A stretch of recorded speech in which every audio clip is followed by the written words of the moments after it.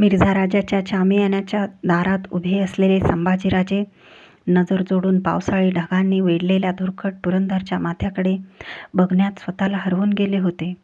शामियान्याची कणात धरून नेताजीच्या निवडक धारकऱ्यांचे पथक हातात नंगी हत्यारे पेलून सावध अंगाने खडे होते. त्यात स्वतः नेताजी संभाजीराजांच्यावर नजर ठेवून उभे होते. सुरक्षितता आणि इतमाम म्हणून मिर्झा राजाने संभाजीराजांच्या मुक्कामाची सोय खुद्द आपल्या शामियान्यातच केली होती. त्यावर किरीटसिंग आणि आपले खास विश्वासू राजपूत लढवय्ये जोडून दिले होते. शामियान्याच्या अंतःपुरात मिर्झा राजा रणचंडीची संध्यापूजा करण्यात गुंतला होता. कितीतर वेळ संभाजीराजे पुरंदरचा धुरकटला माथा एकटक निरखीत राहिले. आता चांगलेच अंधेरून यायला लागले होते. एकसारखी चुळबुळ करणारे नेताजी पुढे झाले. संभाजीराजांना मुजरा करून म्हणाले, किन्नाटीचं आता बाळराजांनी आत चलावं. बाहेर उभं राहू नये. कसली तरी साखळी तुटल्यासारखे संभाजीराजे भानावर आले. नेताजीच्या थोराड पगडीकडे बघत म्हणाले, नेताजी काका, हा गड आम्हास जणू साथ घालतोय. त्याच्यावरची नजर काढू नये असंच वाटतंय. छातीत खळबळ माजते. पगडी डोलवीत नेताजी म्हणाले, बराबर आहे बाळधनी. माणूस जिथं उपजतं ती जागा त्याला साथ घालती. तुम्ही या गडावर उपजला. म्याच किल्लेदार होतो त्या वक्ताला. मासाहेबांनी लई गर्दी उडवली होती तुमचं पहिलं बाळरडं ऐकून. आता ह्यो गड पठाणाच्या कब्जात आहे. नाहीतर दावला असता थोरल्या राणीसाहेबांचा महाल तुम्हासनी एक डाव. ते तगडं रांगडे मन हे बोलताना दाटले होते. सगळी कोडी तुटल्यासारखी संभाजीराजांना क्षणभर वाटले. पण अशी कोडी कधीच सुटत नसतात. गुंतवा झालेल्या धाग्याच्या भेंडोळ्यातून नेमका शेव हाताची येत नाही. संभाजीराजांचे मन आपल्या आऊसाहेबांचा विचार करू लागले. किल्ले पुरंदर वरून कसा दिसत असेल अशी उत्सुकता त्याच्या मनात येऊन गेली. ते दरवाज्यातून वळले. संथपणे शामियान्यातील तलम रुजामे तुडवीत गेले. संभाजीराजांसह रात्रीचा खाना एका पंक्तीने उरकून शामियान्याच्या ख्वाबगारात मिर्झाराजे आपल्या मंचकावरच्या मऊ बिछातीवर लेटले होते. मावळतीच्या बाजूला एका शिवस्वी मंचकाच्या बिछातीवर संभाजीराजे पडून गेले. त्यांच्या अंगावरची शाल धूर हटून पायगतीला गोळामोळा होऊन पडली होती. आतली हिंदुस्थानी शमादाने बंद तेवत होती. ख्वाबगाराला लागून असलेल्या अंतःपुरात मिर्झा राजाने पूजलेल्या रणचंडीच्या मूर्तीसमोर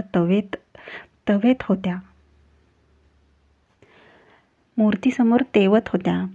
शामियानाच्या सगळ्या घेराभोवती मावळे, धारकरी आणि राजपूत हशम यांचा छबिन्याचा जोड पहारा नागव्या तलवारी पेलून जागत्या डोळ्यांनी फिरत होता. आपल्या जाड मावळी पायतानाची कुरकुर उठवीत हातात नंगी तेग धरून खासे नेताजी त्या पहाऱ्यावर नजर ठेवीत फिरत होते. तळावर जागी आगट्या पेटल्या होत्या. मधूनच त्यातील बाभळीच्या गाठी पेटता फटकन फुटत होत्या. त्यामुळे फवारलेल्या ठिणग्यांच्या आगटीभोवती सडाच सडा पडत होता.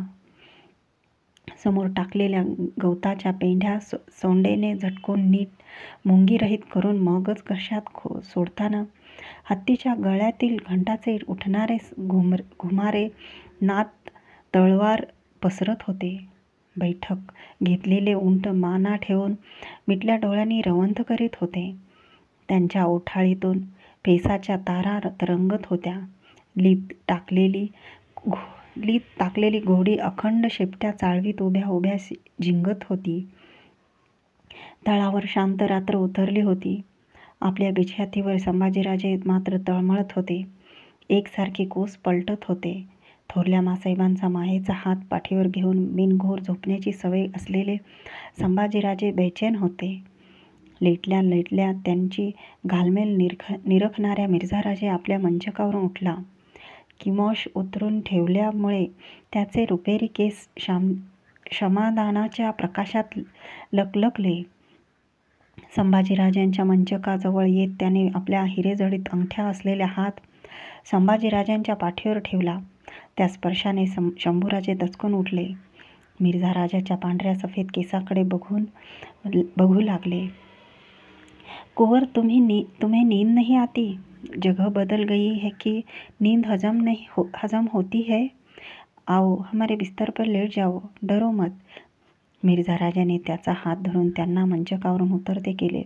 हळुवारपणे आपल्या मंचकाजवळ आणले. संभाजीराजे मिर्झा राजाच्या मंचकावर बसले. समोर उभ्या असलेल्या धिप्पाड पण शांत मुद्रेच्या मिर्झा राजाकडे त्यांनी पाहिले. मिर्झाच्या छातीवर त्याच्या अलमपणा औरंगजेबाने त्याला बहाल केलेले हिरव्या कंच पाचूचे मोती लगात गुंफलेले पदक चमकत होते. त्या पदकाकडे बघत संभाजीराजे क्षणभर गप्प झाले. मग मान उडवून त्यांनी विचारले, दादाजी, आम्ही एक विचारू? बेशक, पूछो कुंवर शंभू. मिर्झा शांतपणे म्हणाला. आमचे आबासाहेब म्हणाले की तुम्ही रजपूत आहात आणि आम्हीही रजपूत आहोत. मग तुमच्या गळ्यात भवानीच्या कवड्यांची माळ का नाही? त्या प्रश्नाने मिर्झा राजा हा दिल्ली दरबारचा थोर राजकारणी चरकला. त्याच्या डोळ्यात एक दुखटी छटा तरळून गेली. आपल्या छातीवरच्या हिरव्या पदकावरून कसा तरीच हात फिरवीत तो म्हणाला, बहुत रात उतर आई, सो जाओ कुंवर. संभाजीराजांना लेटते करून मिर्झा राजाने त्याच्या अंगावर शालनामा पांघरला. स्वतः मिर्झा राजा त्यांच्या शेजारी कलंडला. चंडी असे पुटपुटत आपल्या हयातीच्या चुकलेल्या मार खाल्लेल्या वाटा आठवू लागला. कुसवे होऊन मिर्झा राजाने संभाजीराजांच्यावर नजर टाकली. त्यांचा श्वास बिनघोर लयीत लागला होता. शामियान्यासमोरच्या पैस जागेत शाही इतमामात बैठकीचा चौथरा सजला होता. त्यावर राजपुती वानाच्या तलम बिछायती अंथरल्या होत्या. जरी बतूची नकसदार कलाकुसर असलेले खोळी घातलेल्या गिरधा लोड मांडले होते. संभाजीराजांना नजराणा देऊन दिपवून टाकण्यासाठी तो चौथरा मिर्झा राजाने एका रात्रीत सिद्ध केला होता. चौथऱ्याच्या एका अंगाला सरपोसांनी झाकलेली पेहरावाची तपके घेऊन काही रजपूत धारकरी उभे होते. पिछाडीला अब्दागिऱ्यांची मोठी पिंपळपाने हातात धरून अब्दागिरी खडे होते. एका बाजूला शिंगे, तुताऱ्या, नगारे यांचा 6 जणांचा ताफा उभा होता. तळावरचा तमाम हशम लोक तो नजारा बघण्यासाठी जागा मिळेल तिथे दाटला होता. ज्येष्ठ वद्य द्वितीयेचा दिवस कासराभर वर आला होता, पण पावसाळी कुंदरपणामुळे तसे वाटत नव्हते. आपल्या शामियान्यातून मिर्झा राजा जयसिंग संभाजीराजांच्यासह बाहेर आला. रजपुताच्या अंगावर सोनेरी बुट्ट्यांचा हिरवाकांच मोगली जामा होता. खांद्यावरून फिरलेले गर्द निळे जरीकाठचे उपरणे होते. पाचू मढविलेला मागे झुकलेला झुरझुरत्या सफेद पिसांचा तुर्रेबाज किमोश त्याने मस्तकी चढविला होता.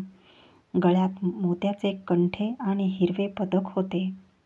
संभाजीराजांनी जरी कोयऱ्यांच्या नकस कामाचा पांढरा सफेद जामा परिधान केला होता. राजांचा होता त्या माटाचाच पिछाडीला ठेवणारा केसरी टोप त्यांनी मस्तकी चढविला होता. कमरेला गर्द जांभळ्या जरीशेला आवळला होता.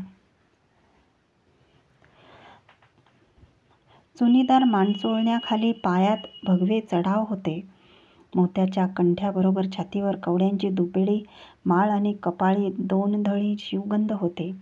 सर्व दरवाजे मिटलेल्या जगदंबेच्या शांत मंगल गाभाऱ्यातून समईचा एखादा कवडसा बाहेर झेपावून यावा तसे ते दिसत होते. मिर्झा राजे संभाजीराजांच्यासह बैठकीच्या रोखाने चालू लागले. शिंगांच्या कात्र्या ललकाऱ्या शहरात उठल्या. शहाजने वाजू लागली. आघाडीच्या अशा स्वाऱ्यामागून नेताजी, गंगाधरपंत, कर्माजी, किरीटसिंग, रायसिंग राठोड, चतुर्भुज चौहान, रामसिंग हाडा, महमद तर्रखान, तुर्कताज खान अशी मंडळी अदबीत चालली. मिर्झा राजाने संभाजीराजांना हात पेश करून बैठकीवर बसते केले. आपण स्वतः बैठक घेतली आणि किरतसिंग व उदयराज मुन्शी यांच्याकडे इशारतीची नजर दिली. नजराण्याच्या पेहरावाचे तबक घेतलेला एक एक राजपूत धारकरी पुढे होऊ लागला.